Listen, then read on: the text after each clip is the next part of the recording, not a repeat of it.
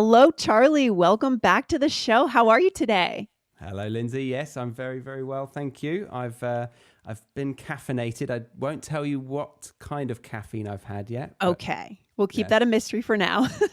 Love it. Maybe we'll get into it a little bit further on in the show. So, I'd like to introduce you to our listeners. So, listeners, today I have Charlie Baxter on the show.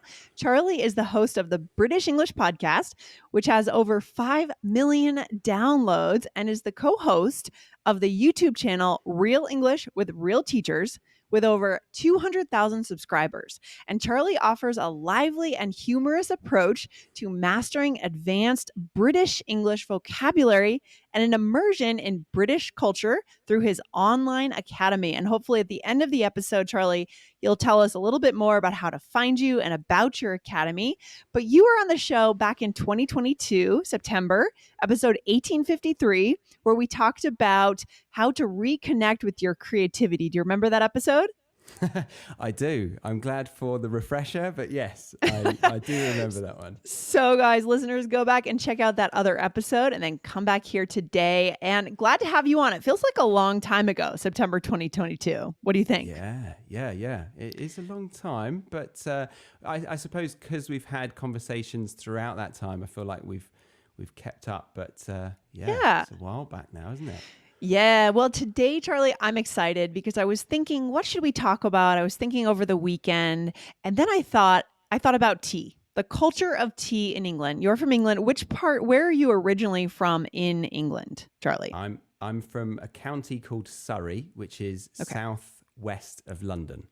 Okay. So pretty close to London, would you say, like a 30-minute commute, or is it a suburb technically of London, or further It's from it's the city? outside of Greater London, so it's about 50 minutes on the train.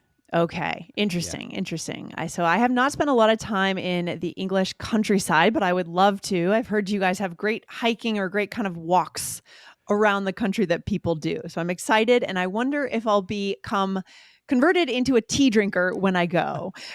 Charlie, would you say that the idea of tea is kind of overblown as a symbol of British culture, or is it as popular as I think it is in England? It's probably both. It's so you get that idea from the fact that Americans don't drink much tea, am I guessing? Correct. Correct. Yeah. Correct. So we do drink tea. There's a lot of tea drunk in this country. Yeah. But it's probably not the Ritz kind of afternoon tea with dainty little sandwiches that you might be envisioning. That is what I Um, was envisioning. yeah, Yes.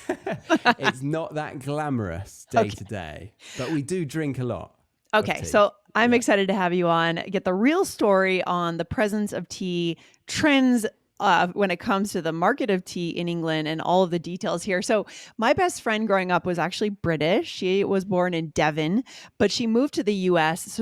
When she was about 5 or 6. So, she had an American accent, but her parents still obviously were very British, had the British accent. They loved their tea. So, even in middle school, my friend Emma was drinking tea after school, and I just remember really noticing that and thinking, what is that about? My middle school mind. I wasn't, I didn't totally get it yet. So tell me more about your tea drinking habits yourself, Charlie. Okay. So currently, I'm a bit more of a coffee fan Love and it. have Love it. developed that obsession over the last 10 years. Okay. Now, really spending too much time every day around coffee. But growing up, I had tea. I think I first started having tea when I was in year 7, which is Oh my 11 gosh. years old. Okay. 11. That's young. Um, well, yeah, my nephew, he has tea and he's 2. Are you serious? Yeah, Wow. Okay. yeah. I Okay. don't know if that's allowed because it's got caffeine in, but yeah, we have it from a young age. And when is middle school? So middle school, I believe, starts around 13, 14, 13. 13, Okay. 12, 12, maybe 12. Yeah. I don't know. Maybe let's say 12. Okay. Okay. Yeah. So when I was in year 7, when I was 11, my friend was disgusted that I hadn't had a cup of tea yet. So I went round his house after school and they said, "Do you like tea?" And I said, "I don't know." and they were so surprised. So I'm guessing from that most people have it younger. Okay, so starting very young. Interesting. So it's very much in the culture. You maybe see parents drinking it and it just becomes part. That's different from coffee. I feel like when it comes to coffee, at least here in the States, I didn't start drinking coffee until college age or after college. So I'm not sure. So very interesting to see kind of when traditions get started. But I love the fact that you're more of a coffee drinker. Me too, Charlie. We connect on that for sure. Nice. Yeah. It's useful. It's a useful drug, isn't it? Yeah, for sure. I love it. Caffeinated by coffee. 100%. But yeah, we would have probably 2 or 3 cups a day of tea if I was an avid tea drinker. I think most people probably have 2 or 3 a day. Okay, I love it. So even though you're not a big tea drinker, I'm curious because I know that I will speak for Americans when we travel, or maybe many countries in the world kind of will enter a tradition and kind of do it wrong, which I think is totally fine to do it wrong. But for example, I was just in Portugal and I was reminded by our food tour guide that often travelers will do cappuccino all wrong in Italy and Portugal. We'll have a cappuccino in the afternoon, right? Which is wrong because in Italy, it's typically only drunk in the morning. So is there an equivalent mistake that you've seen, let's just say Americans or international travelers making in England with tea? Are there any gaffes that you've seen when people come? Nice. So I think you'll be glad to hear that it's quite, we're quite kind, on other people getting it wrong, because we don't really have that many areas that you would class as a faux pas when it comes to drinking tea. There's a few, but it's not like the example you just said, because, well, actually, English breakfast tea, the name suggests breakfast, but we have it any time of day. So I guess if you were to assume that it's only for the breakfast, then that's wrong. We have it any time of day. Probably came from the idea of having it early, but yeah, anyone has it anytime. I just spoke to a friend to confirm my suspicions, and his parents even get up at night because they can't sleep, and they will have a cup of English breakfast tea at 3 a.m, and that has quite a bit of caffeine in. Yes, so because you can't. Interesting. Yeah. But it's confusing because it's calming, but it's caffeinated. So interesting. Yes. Well, sometimes it's just about the ritual, right? Consuming the thing that we're used to consuming, and that can kind of soothe us in a way, I suppose, and put us back to sleep. That's funny. And is it typically is there a specific way that people take their tea in England? Is it with milk, without milk, or is it just personal preference like coffee? You know what I mean? You can't nail down a way to have coffee in the US, for example, or the world. Yeah, I think people are quite picky about that, and they all have their own opinions. Okay. It is totally up to you to have sugar or milk with an English breakfast tea. Sure. Earl Grey is another type of tea that we assume is quite a popular one. I would say most people think of it as a bit of a posher drink. Really? Like it depends on the brands, but Twining's Earl Grey is a posh tea.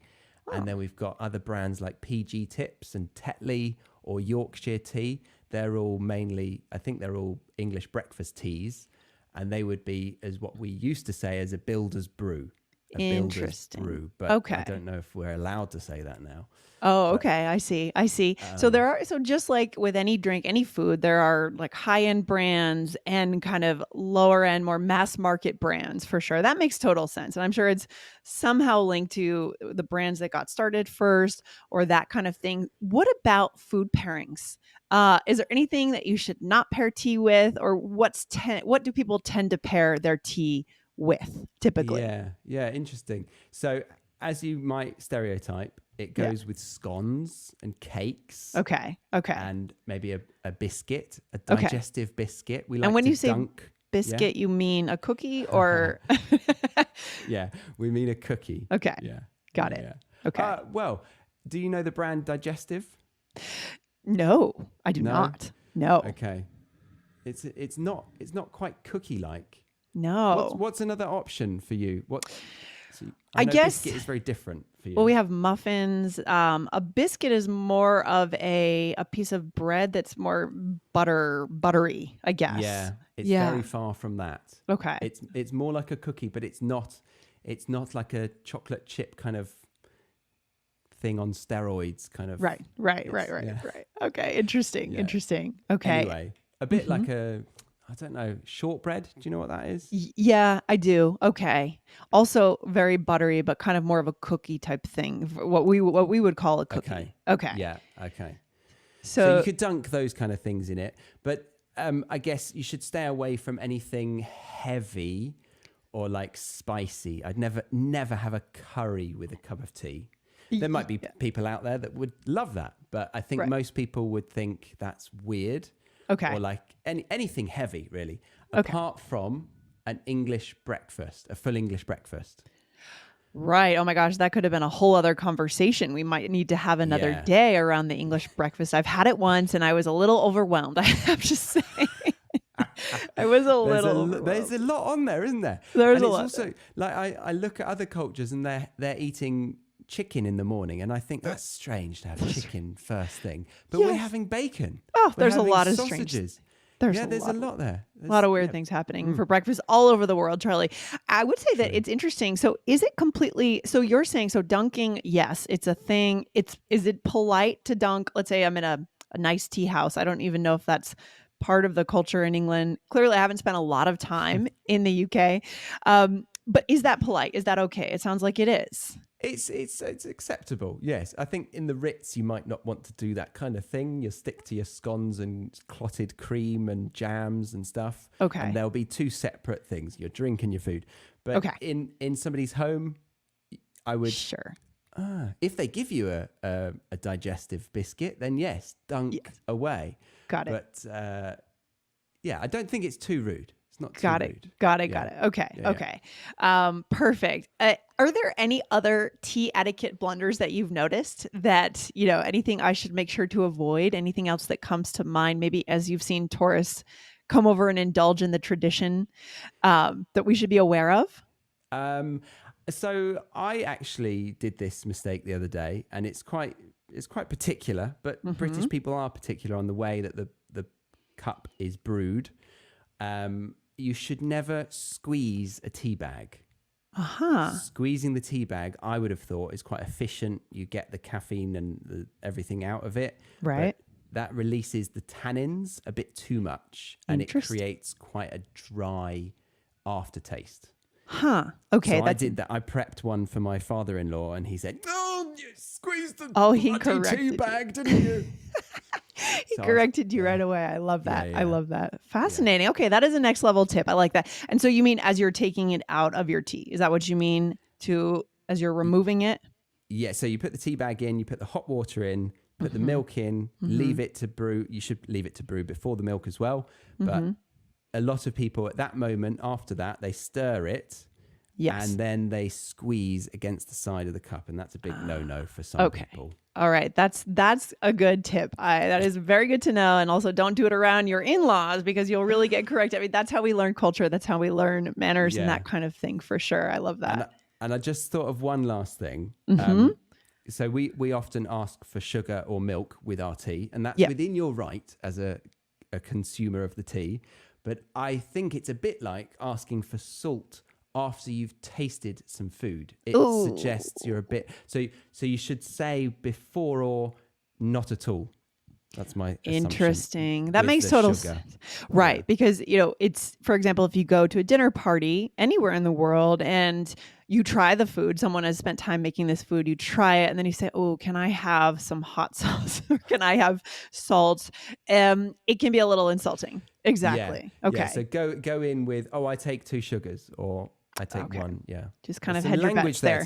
There's language there to talk about, but maybe in a bit. Yeah, let's get to that. First, I want to ask you, because I'm really interested in trends, cultural trends.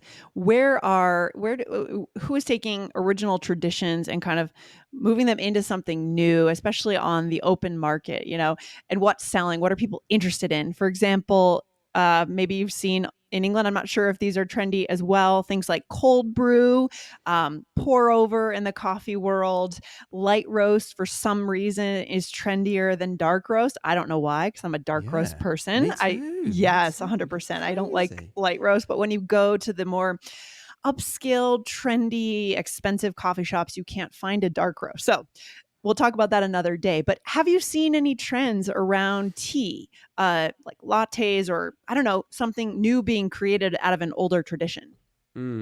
I'd say that the older generation are the ones that hold on to the afternoon tea kind of culture more Okay. than the younger generations. I think coffee is becoming the go-to drink. Mm-hmm. Cafes in London, wherever I go, they are very much focused on coffee now. Interesting. And it's much more to do with like an Australian flat white rather than focusing on a cup of tea. They do give tea and they sell tea, but I'd say most people would go for a coffee, and then if they're there for a bit longer, they would get a herbal tea or an English breakfast tea, but it would come in a little Japanese style teapot now. Interesting. I think. Okay. And that lasts for a bit longer if you're doing some work in a cafe, for example. I see. Okay. So do you think that the tradition of tea in England might start to die out with an older generation? Where is tea going?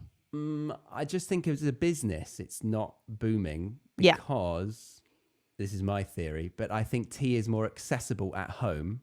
Okay.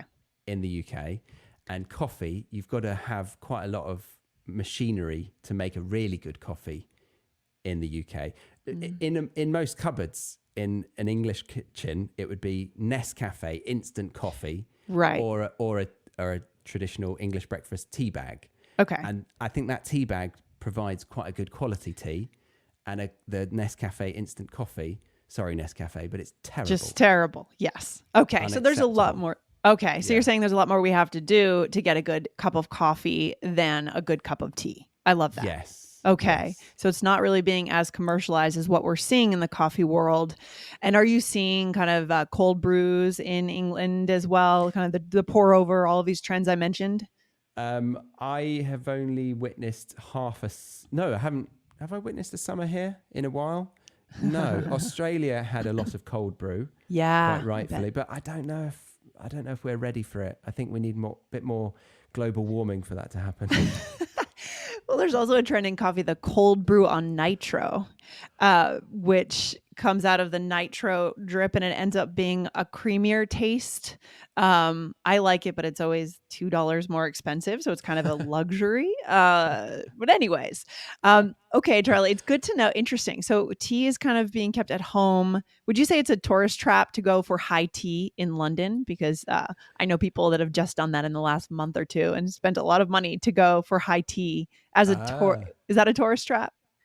It is and it isn't. It is because it's the thing to do as a tourist, but it is something that we would gift to one another. That's nice. Okay. For a birthday thing, a birthday treat. Oh, that's Especially cool. if you're from outside of town, you would go to the Ritz for tea in London. That would be quite a nice thing, like afternoon tea. Oh, you said high tea. That's interesting. So high tea is actually confused with afternoon tea. High tea apparently comes from the idea of a long day of work, and then you come and have a heavier meal with a cup of tea on a high table.